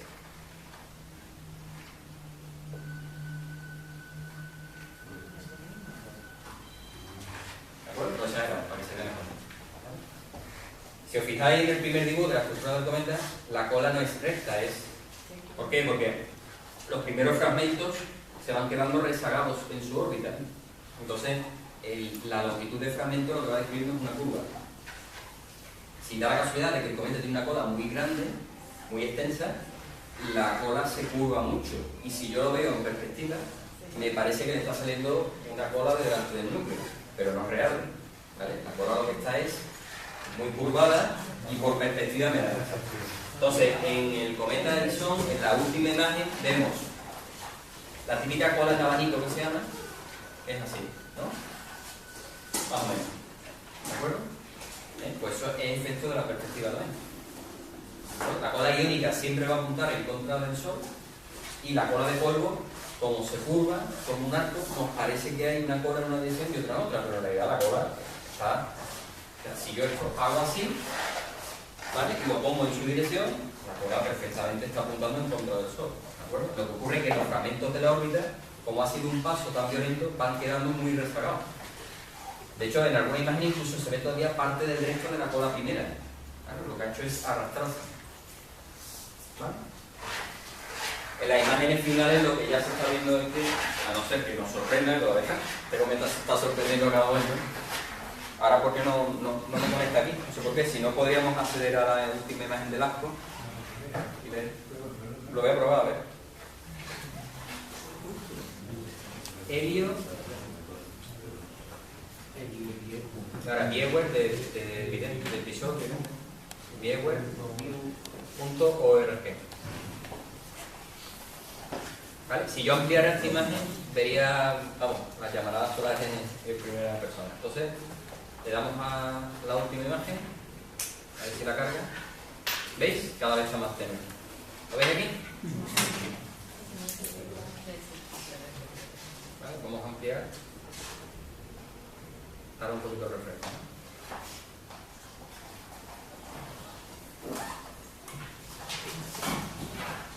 Aquí tenéis todas las animaciones. Si veis, aquí abajo es la Tierra escalada.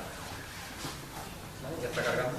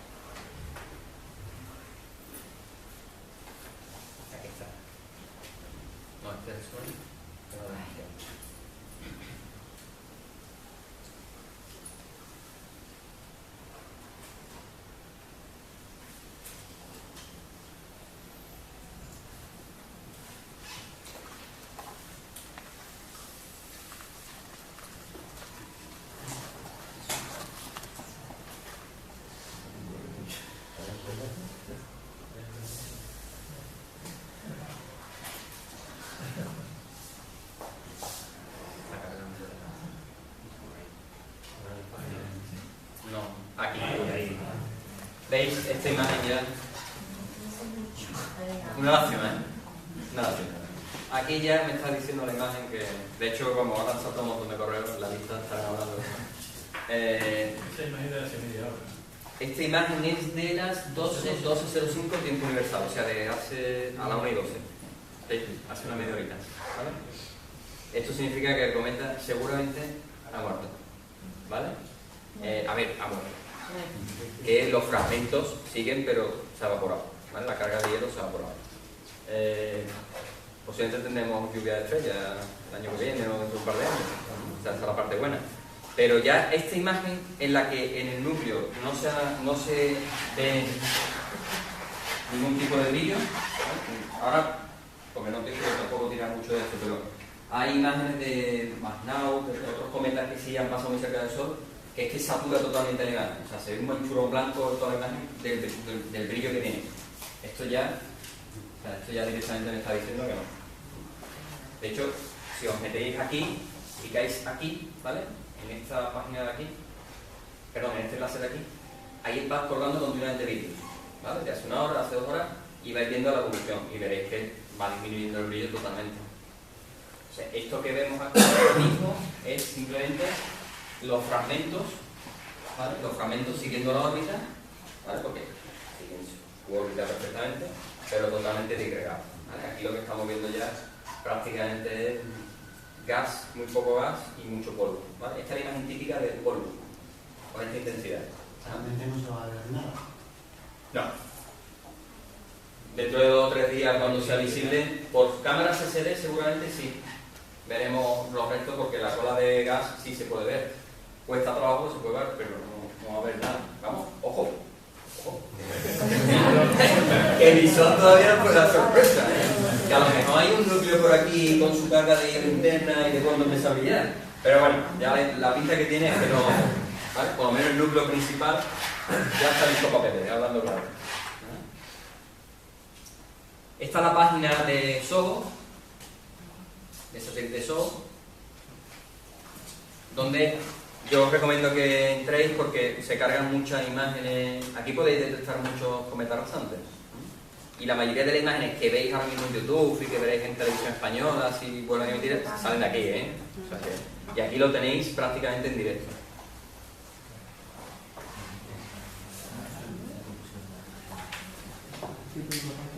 Perdona, que me ha llevado un poco pronto. Ay, perdón. Ahí está. Además el título ya es Cometa y Son. O sea, tendrá su gloria. Paco, no se ve que haya sufrido ninguna inyección solar directa.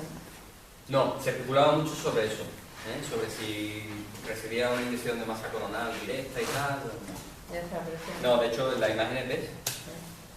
Van en todas direcciones menos la de Que la Andrea solo preserva también que no haya...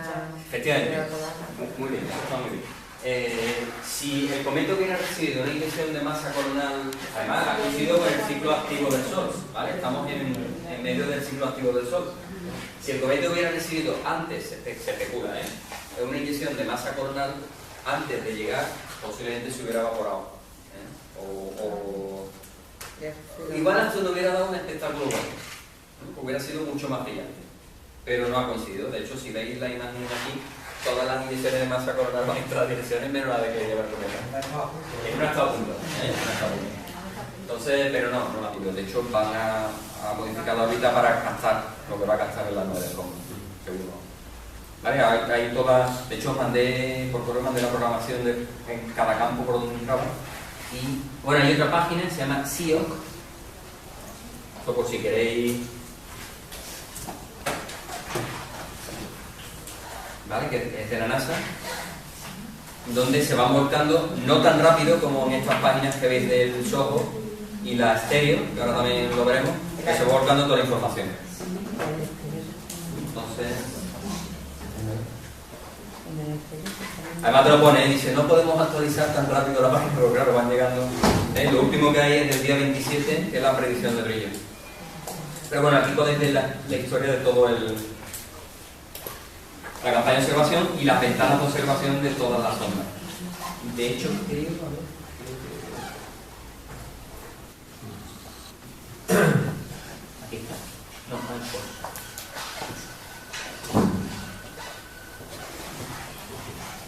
Bueno, te pone por día las ondas que van cogiendo y tal.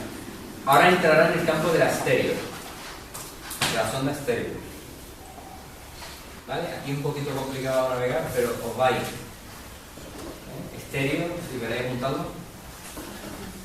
Son imágenes que ya no tienen tanta resolución como las que hemos visto ahora. Entonces nos vamos a últimas imágenes, veis que hay un montón de imágenes aquí y en la que aparece, este no es el cometa, ¿eh? En la que aparece, veis que pone behind y ahead, ¿vale? Pues son dos cámaras, o sea, dos satélites, por eso se llama estéreo, pues estamos viendo el Sol desde otro punto de vista.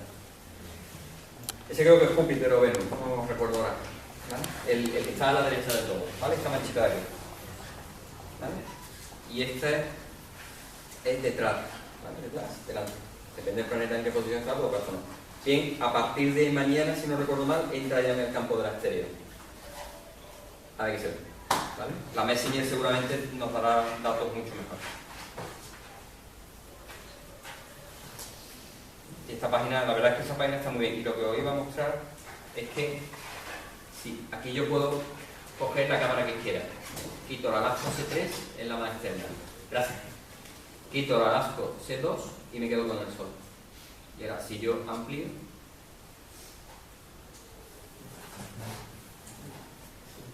insisto, esta es la Tierra.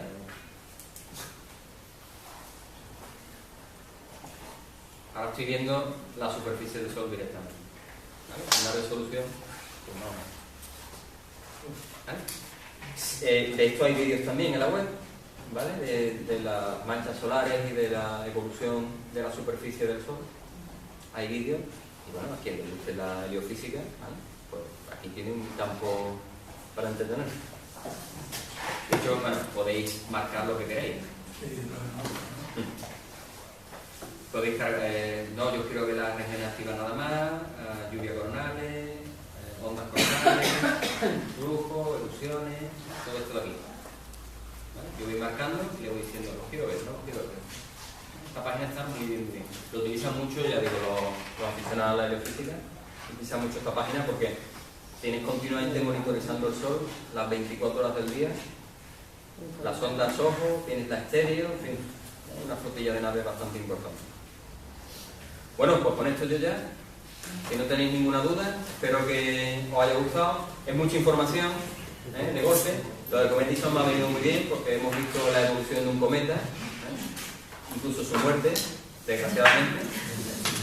Pero sobre todo lo que más me interesa es que os quedéis con qué es un cometa, realmente qué es un cometa, la importancia que tiene y lo bonito que además para nosotros su mayor importancia es que estamos continuamente aprendiendo de ellos, ¿vale? Todos los años que quiera meterse en cometa puede seguir 20 cometas y cada cometa es distinto, cada vez que viene es totalmente distinto su comportamiento y te permite siempre ver algo diferente. Cometa Ison al final se las prometía muy brillantes, no lo ha sido, pero la verdad es que ha sido bastante interesante. ¿Puedo yo con esto? Sí. Viene en algo de esto, lo hemos visto aquí porque ha entrado actualmente, prácticamente desde la dirección de la eclíptica, o qué capacidad tenemos para detectarlo a esa distancia si viene, digamos, de un ángulo elevado.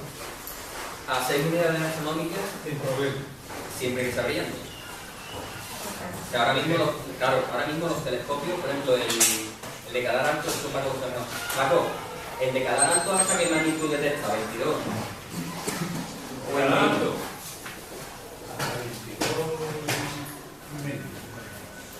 Lo que pasa es que un cometa a esa distancia es muy oscuro. Por eso decía, el cometa no brilla, el cometa tiene una capa oscura, por eso lo detectamos cuando empieza a exhibir y yo estoy seguro que, bueno, de hecho Ison se vio que se había detectado antes, pero como no tenía esa imagen borrosa, no se le echó cuenta.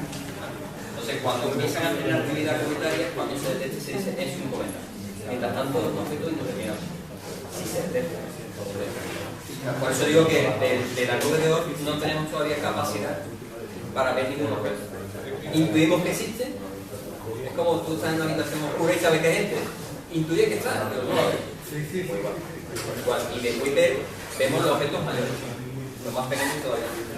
Ya cuando se lancen los otros para allá, lo que pasa es que para llegar allí puede tardar. Un poquito. Estamos hablando de distancias interestelares ya. Que lo vean. Una pregunta técnica, cuando hay un cambio de comportamiento esperado a diverso, tanto a nivel informal y el macho desencadenado, eso funcionaría durante y ya se sabe por qué no se ha comportado. Claro, o sea, la mayoría de los estudios, o sea, a partir de ahora saldrán muchísimo, ¿vale? Otros son cosas previas, claro. O sea, digamos, todos los mensajes que recibíamos eran chungo. Si ya es Marte no brillante, malo. Y ahora es por qué. Vamos a buscar una explicación del por qué. Pues lo más seguro es que sea un cometa pequeño. Un cometa pequeño no tiene carga, no tiene suficiente carga de hierro. Claro, porque es un cometa nuevo, ¿vale? Un cometa que haya estado varias veces, un cometa que viene por primera vez a visitarlo. Entonces, contradice todo lo que se espera. Debería tener bastante hielo, no lo tiene. Debería haber estallado ya, no ha estallado. Entonces va ajustando el modelo de un cometa. Yo recuerdo al principio se hablaba de un cometa de casi 20 kilómetros. Ya iba por bien, ya no pegaba un número. Claro, cada más pequeño va a ir ajustando el modelo. Bueno, ¿qué puede ser que la carga de hierro no fuera de esta manera? Puede ser que a lo mejor los que vienen de Oort son cometas nuevos y los cometas nuevos son más oscuros. Va ajustando, al final lo que hace es ajustar el modelo para que se ajuste lo que vemos. Por eso digo, es tan importante el hecho de que hemos podido ver perfectamente su paso por el perímetro como se disgregaba, porque a partir de ahí elaboramos el modelo. ¿Vale? Todas estas imágenes que hemos visto están casi sin analizar. O sea, no, pues el núcleo era, se ha fracturado porque su densidad era de tanto, cuando el tamaño era de tanto, la estructura era de esta manera, ya va montando el esquema. Ya va, por eso es tan importante. Muchas veces se saca más información de cualquier objeto celeste que le pasa una catástrofe, muchísimo más, que de uno que pasa y qué bonito, pero ya está. Ya está. O sea, En la vida normal pasa eso. claro, Halley, hasta que no llegó la sonda allí, ni sabíamos lo que era un documentario, ni sabíamos nada.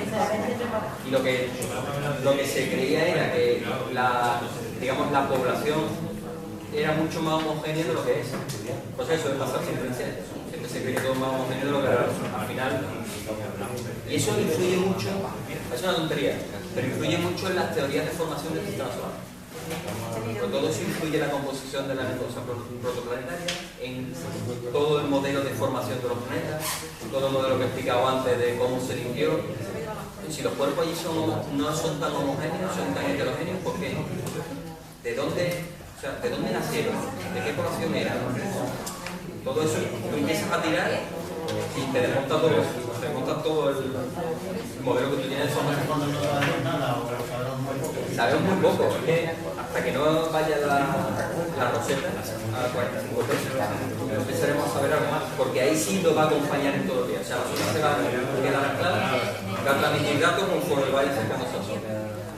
Si no hay ningún jet que lo expulse a la zona de afuera, vamos a estar viendo y analizando los datos in situ, desde el principio. Por eso es tan importante esta misión también. ¿Alguna pregunta más? Pues muchas gracias por asistir y por venir.